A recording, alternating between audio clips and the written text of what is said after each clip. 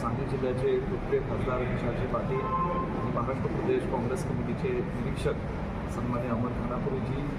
आणि शहरातले आणि जिल्ह्यातले काही नेतेगण आज आम्ही सगळेजणही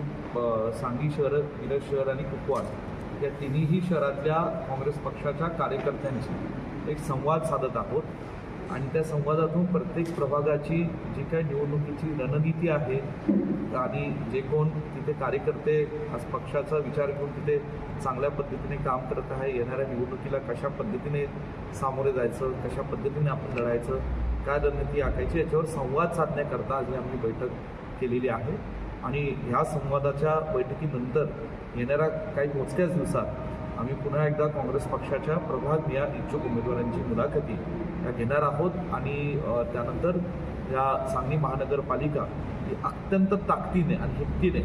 आम्ही लढणार आहोत आणि या ठिकाणी ही निवडणूक आम्ही सगळे शहाजींच्या नेतृत्वाखाली आणि आम्ही सगळेजण एक टीम म्हणून ही आम्ही जिंकणार आहोत, आम्हाला विश्वास आहे.